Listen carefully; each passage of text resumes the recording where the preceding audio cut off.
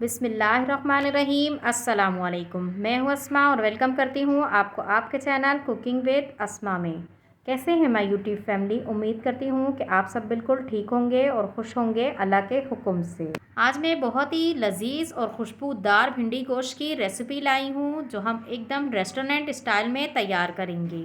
भिंडी गोश्त रेस्टोरेंट की बहुत ही फेमस रेसिपी होती है और किस तरीके से तैयार की जाती है ये मैं आज आपके साथ शेयर करूँगी।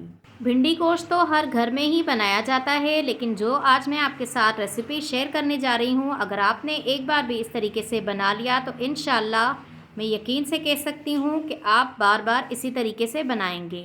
उंगलियों के साथ प्लेटें भी चट हो जाएंगी इंशाल्लाह। तो वीडियो का आपने एंड तक वॉच करना है और अगर वीडियो आपको थोड़ी भी पसंद आएगी तो लाइक करना है और शेयर करना है। अगर सब्सक्राइब नहीं किया मेरे चैनल को तो वो भी करना है, जिसके लिए थैंक यू सो मच। बगैर टाइम ज़ाया किए बिस्मिल्लाह पढ़कर स्टार्ट करते हैं। बिस्मिल्लाहिर्रहमानिर्रहीम। सबसे पहले भिंडी गोश्त बनाने के लिए जो हमें सामान रिक्वायर्ड है वो हम देख लेंगे। आधा किलो हम मटन ले रहे हैं। आप बीफ से भी यही रेसिपी फॉलो करके बना सकते हैं। 2 अदद बड़े साइज़ के प्याज ले लिए हैं जिन्हें चॉप किया हुआ है। 2 अदद बड़े साइज़ के टमाटर हैं स्लाइस में कटे हुए। 200 ग्राम भिंडियाँ ले लेंगे जिन्हें धोने के बाद खुश्क कर लेंगे और उसके बाद इसकी कटिंग करेंगे। ऊपर वाला और नीचे वाला हिस्सा उतार देना है। मैंने छोटे साइज़ की भिंडियाँ ली हैं। अगर आपके पास बड़े साइज़ की होंगी तो फिर आपने एक भिंडी को 2 हिस्सों में तकसीम कर देना है।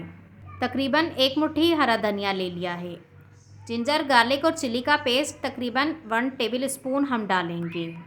और स्पाइसेस में हम डाल रहे हैं आधा चम्मच लाल मिर्च, आधा चम्मच नमक, 1 चाय का चम्मच हल्दी है, 1 चाय का चम्मच कश्मीरी लाल मिर्च है, आधा चम्मच ताज़ा कुटा हुआ ज़ीरा है और 1 खाने का चम्मच कुटा हुआ धनिया है। 2 अदद तेज़ पत्ते हैं और 2 अदद काली इलायची हैं और 1 टुकड़ा है दालचीनी का 1.5 से 2 इंच का।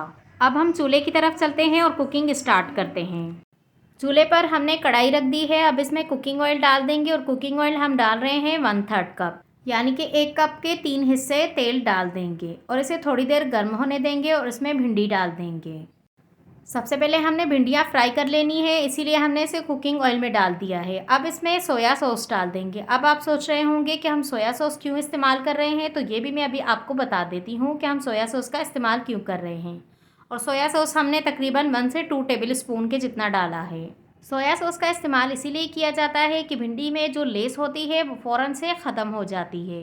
दही से और लेमन जूस से भी ख़त्म होती है। अगर आपके पास सोया सॉस ना हो तो फिर आप इन दोनों में से भी कोई एक चीज़ डाल सकते हैं, लेकिन सोया सॉस जो है इससे बहुत ही जल्दी लेस ख़त्म होती है। मैंने खुद ये आजमा कर देखी हैं तीनों चीज़ें जो मैं आपको बता रही हूँ। सोया सॉस से भिंडी का फ्लेवर भी और बढ़ जाता है।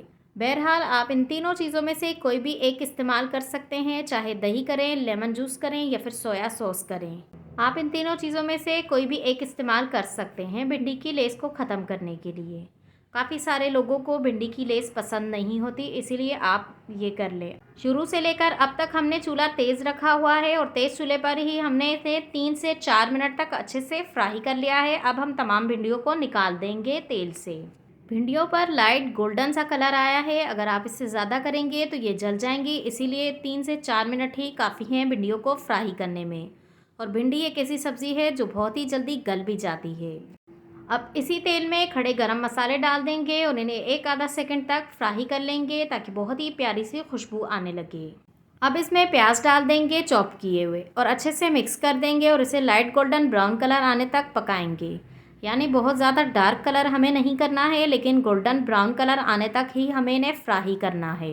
अब हमारे प्याज़ों पर लाइट गोल्डन ब्राउन कलर आ गया है, बस हमें इतनी देर ही इन्हें फ्राई करना था। अब हम इसमें गोश्त डाल देंगे जिसे हमने धोकर बहुत ही अच्छे से साफ़ सुथरा करके रखा हुआ है, वो डाल देंगे।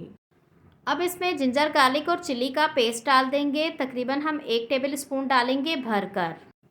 मैं छोटे चम्मच से डाल रही हूँ, इसीलिए मैंने 2 बार करके डाला है। आप जैसे भी डाल लें, बस 1 टेबल स्पून डालना है। तकरीबन 5 मिनट तक हमने इसकी बहुत ही अच्छे से भुनाई की है, जिसकी वजह से गोश्त का कलर भी बिल्कुल चेंज हो गया है और अदरक लहसुन वगैरह का कच्चापन भी ख़त्म हो गया है।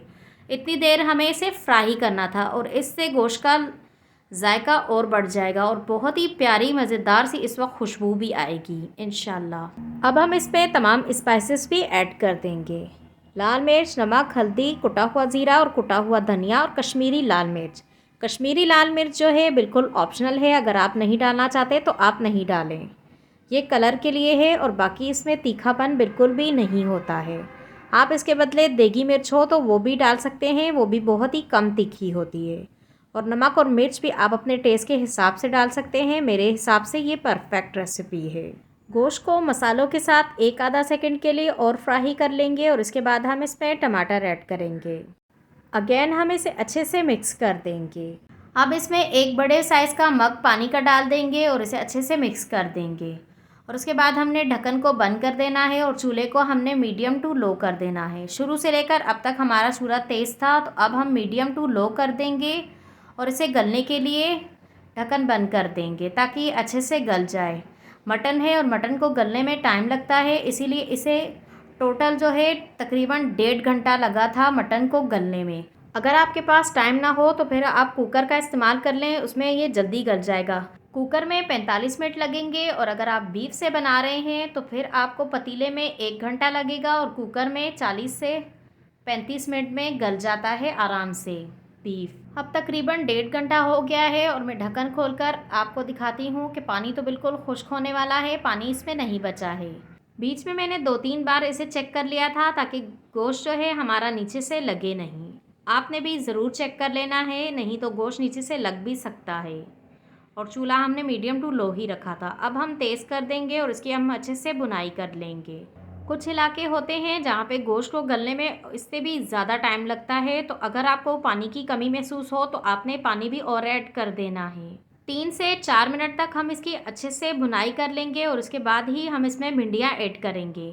और जो टमाटर वगैरह ना गले हुए हों, वो दिख रहे हों, तो आपने चम्मच की मदद से उसे भी गला लेना है, जैसे कि मैं कर रही हूँ। अब इसमें भिंडियाँ डाल देंगे और साथ में ही 3-4 हरी मिर्च डाल देंगे। कुछ लाल हैं और कुछ हरी हैं, मिक्स हैं, डाल देंगे। आपके पास जो मौजूद हो आप वो डाल दें। भिंडियाँ अगर आप ज़्यादा डालना चाहें तो इससे ज़्यादा भी डाल सकते हैं, लेकिन मैंने बहुत ज़्यादा नहीं डाली हैं। आप अपनी चॉइस के हिसाब से देख लीजिएगा कि आप कम डालना चाहें तो कम डाल लें, ज़्यादा डालना चाहें तो ज़्यादा डाल दें।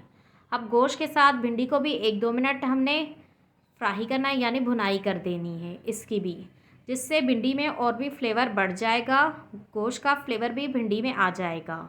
अब हमने इन तमाम चीज़ों की अच्छे से भुनाई कर ली है और पानी बिल्कुल खुश्क हो चुका है, बिल्कुल भी पानी मौजूद नहीं है, तेल भी निकल आया है। अब हम इसमें एक मज़ेदार सी चीज़ डालेंगे जिससे इसका फ्लेवर और बढ़ जाएगा। अब इसमें जाएगा आधा कप दही, जिसे हमने फेंट कर रखा हुआ है, तो ये दही हमने भिंडी में डाल देना है। इससे सालन का फ्लेवर बहुत ज़्यादा बढ़ जाएगा और ग्रेवी भी बढ़ेगी और फ्लेवर भी बहुत ही मज़ेदार बन जाता है।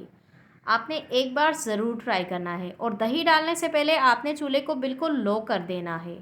जब भी कोई सफ़ेद चीज़ डालें, यानी कोई क्रीम हो, दूध हो या दही हो, तो चूल्हे को बिल्कुल लो कर देना चाहिए और उस वक्त ही इन चीज़ों का इस्तेमाल करना चाहिए। अगर आप तेज़ चूल्हे पर करेंगे तो दाना बन जाता है, इसीलिए बिल्कुल लो चूल्हे का इस्तेमाल करते हुए ये काम करना चाहिए। अब हम ढक्कन को बंद कर देंगे और इसे दम पर लगा देंगे 2-3 मिनट के लिए। दही का पानी हमें खुश्क नहीं करना है, बल्कि इस टाइम पर हम बस इसे दम लगाएंगे ताकि तेल पूरा ऊपर आ जाए। अब हमारा दम आ चुका है, हम ढक्कन को खोल देंगे और देखें किस तरीके से तेल पूरा ऊपर आ चुका है। अब हम इसमें हरा धनिया ऐड कर देंगे। आप अपनी चॉइस के हिसाब से जितना दिल करे डाल सकते हैं, मैंने तकरीबन 1 मुट्ठी डाला है। इसे भी थोड़ा सा मिक्स कर देंगे और चूल्हे को नीचे से बंद कर देंगे और ये हमारा मज़ेदार सा भिंडी गोश्त तैयार है। अगर आप चाहें तो इस टाइम पर आप इसमें थोड़ा पानी डालकर ग्रेवी भी बना सकते हैं, लेकिन मैं इसी तरीके से रहने दूंगी। कभी कभी अपनी फैमिली की भी दावत करनी चाहिए, तो उन्हें भी इस तरीके का खाना खिलाना चाहिए। और ये हमारा मज़ेदार सा भिंडी गोश्त तैयार है। मेरी फैमिली को तो बहुत पसंद आया था। इंशाल्लाह जब आप बनाएंगे तो आप सबको भी बहुत ही पसंद आएगा। एक बार आपने ज़रूर ट्राई करना है। अगर आपने एक बार ट्राई कर लिया तो मैं यकीन से कह सकती हूँ आप बार बार बनाएंगे इसी तरीके से। और बकरा ईद पे तो ख़ास तौर पे इसी तरह की दावतें होनी चाहिए फैमिली की भी। चलें, अगर आपको वीडियो थोड़ी भी पसंद आई है तो लाइक करें और शेयर करें फैमिली फ्रेंड्स के साथ, और सब्सक्राइब नहीं किया तो वो भी कर दें, जिसके लिए थैंक यू सो मच। आप लोग वीडियो तो देख लेते हैं लेकिन लाइक नहीं करते, तो प्लीज़ लाइक करने में कंजूसी ना किया करें, बल्कि एक प्यारा सा कमेंट भी कर दिया करें, जिसके लिए थैंक यू सो मच। मेरी दुआ है कि आप सब जहाँ भी रहें हंसते रहें, मुस्कुराते रहें, अपना और अपने वालिदैन का भी ख्याल रखें और मेरे साथ इसी तरह जुड़े रहें। चलें इजाज़त दें, चलती हूँ, फिर मिलूँगी इंशाअल्लाह एक नई वीडियो के साथ। अल्लाह हाफ़िज़।